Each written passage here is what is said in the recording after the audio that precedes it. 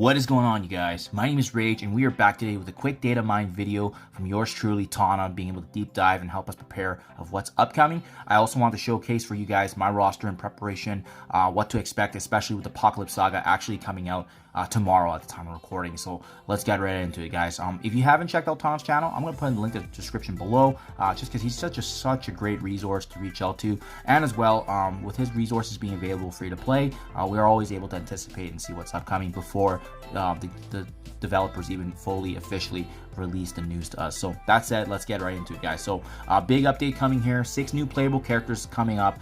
It's speculated there's gonna be character updates, so we can probably expect some revisions, costumes, Cosmic Crucible updates. So this one might specifically relate to that room with the Spider-Verse where they did say previously that there's going to be probably changes coming. So, you know, not too long ago that it was announced. So great to see some updates coming there to change things up. We also see that there's going to be additional challenges being added, so likely more rewards, hopefully tailored to the end game to really help get us up to speed with catching up in the game as well with the meta. We also have new hard campaign chapters and additional details to come. Additional details as well for the next milestone. So guys, this big one here, it's a little over a week, but if you recall, Moonstone was announced in the game, but she specifically is not been farmable for free to play. Now we see with her specific event, it is called To the Moon, and it's also going to add to the month-long event being Memory Lane Progress. So how are we going to be able to participate? Well, looks like we're going to be spending Iso-8 energy, earning Blitz credits, and as well using the Masters of Evil and Cosmic Crucible for additional points, especially if they're gear tier level 16 or over. So it's going to be a 5-day milestone, it looks like, but you know, similar to what we've seen in the past, we're going to be able to utilize a mixture of these different ways. Probably you know, start hoarding a week before, I would say. The Iso-8 energy has been capped off for quite a while now since we haven't had the coordinated assault, so I think a lot of players are going to be in a really good position for that. You can see there's also additional unstable cloth mini uniques from Moonstone as well, and also a leaderboard to be noted. Otherwise, I think that's it, guys. I think that's all there was for the data mine. So I mean, I'm just going to switch gears here real quick back to my game, because we know this is going to definitely be a highlight. I wanted to give you guys a quick update as well. So great news, guys. I've just been plugging away and doing the math in terms of the gold, investing in characters over time. But as I said earlier, this is very exciting. The 3-star chapters on Apocalyptic, specifically for Apocalypse, is coming out here. As you can see, I think it says 3-star chapters on Apocalyptic because I've already beaten all the heroic modes, and that will be the next one to be released, obviously. So if you guys have access right away, gear tier level 15 for all the characters, we are going to be able to participate in the hard mode. And again, my previous videos noting that 1.2 million Iso Blue T4 is going to be available, which should help you at least level a character and a half, bringing them ready to go. But great news, guys. I wanted to give you a quick update in regards to where my roster is at, because I was super surprised to even see this. Keep in mind, I'm 100% free to play. This is kind of where I'm standing at right now. 20 million plus in collection power. My total days, I believe it's less than 3 years, just almost 1,200 days. So I'm going to definitely make a roster review going through everything that's in my account so far. But you can see, spared no expense in my gold. I've always been very strategic with my resource management, biding my time with resources. I even have a boatload of gold orbs ready to go for whatever event that they're going to have in the future for us. So just to showcase for you guys that, you know, I didn't actually use money to get these orbs. You know, it's really crazy to see how close I am, guys. So is it feasible for a free to play character? 100%. You know, a huge shout out to my alliance for actually being competitive, and I've always been able to capitalize on all the Iso Blue T4, but finally had a chance to really, you know, deep dive and take a look at a lot of my characters, bring them up to gear to level 16, build them up to at least level 85. Not a lot of them are 90 because, you know, I've been very scarce in resource management and always, you know, bringing up characters when they're only needed.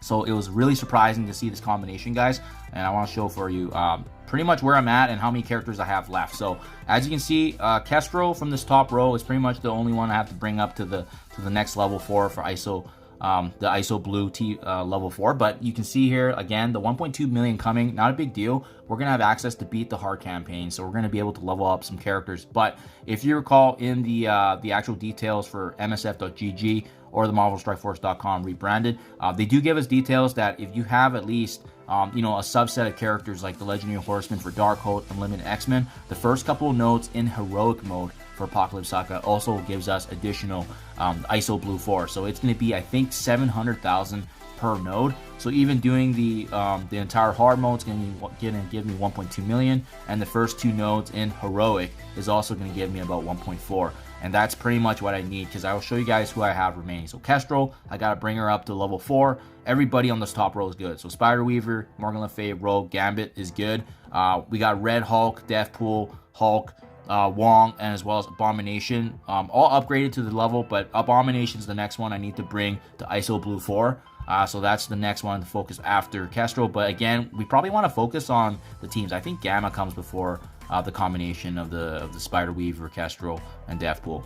In my next row here, you can see Archangel's good, Doctor Strange Heartless is good. We have to bring up Magneto, being the 3rd character. We got She-Hulk, we got Scarlet Witch ready to go. And then we also have the next row here, Nemesis, Agatha Harkness, Sunfire, Dazzler, Brawn, and as you can see out of that cluster, Brawn's the one I need to bring up to level 4. And then last but not least, guys, this is the last 3 here. Dark Beast is ready, Phantom X is ready. It's just, he needs the ISO Blue 4, same with Psylocke. So that's a total of 5 characters that I need right now, guys. So when we do the math there, that's about 3 million-ish.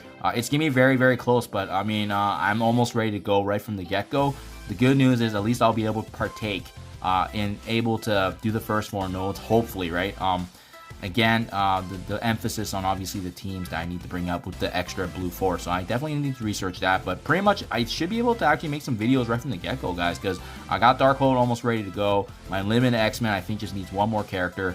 And again, I think the only one now I need to bring to Gear Tier level 16 is just Psylocke. And then let me double check here. Psylocke, everybody's Teal Gear level 16. Just double checking.